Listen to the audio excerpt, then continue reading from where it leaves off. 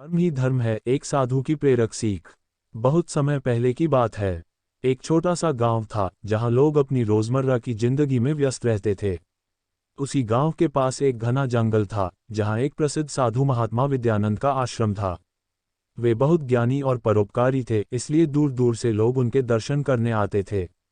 गुरु के पास आया एक युवक। एक दिन गांव का एक युवक रामू साधु महाराज के पास आया। वह बहुत आलसी और भाग्य पर विश्वास करने वाला था।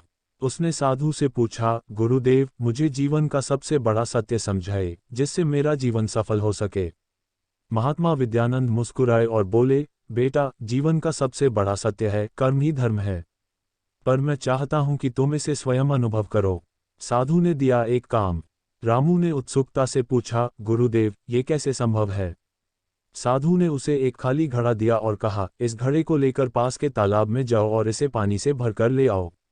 रामू खुश हुआ और जल्दी से तालाब की ओर दौड़ा।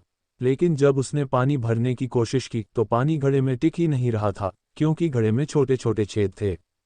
उसने कई बार कोशिश की, लेकिन हर बार पानी गिर जाता। थककर वह वापस साधु के पास आया और बोला, गुरुदेव, यह असंभव है। पानी घड़े में रुक ही नहीं सकता। साधु की सीख। महात्मा विद्यानंद ने मुस्कुराते हुए कहा, बेटा, यही जीवन का सत्य है। अगर तुम बिना कर्म किए केवल भाग्य के भरोसे रहोगे तो तुम्हारा जीवन भी ऐसे ही खाली रहेगा। जिस प्रकार यह घड़ा बिना मरम्मत के पानी नहीं रख सकता, उसी प्रकार बिना परिश्रम के सफलता नहीं मिल सकती। अगर तुम अपने कर्मों से इसे ठीक करो तो यही घड़ा तुम्हें जल से भरकर जीवन देगा।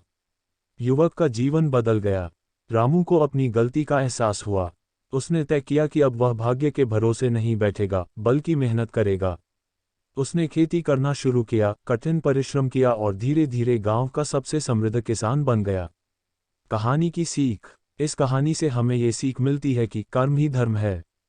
भाग्य पर निर्भर रहने के बजाय हमें मेहनत और ईमानदारी से काम करना चाहिए। सफलता उन्हीं को मिलती है जो अपने कर्मों पर विश्वास रखते हैं।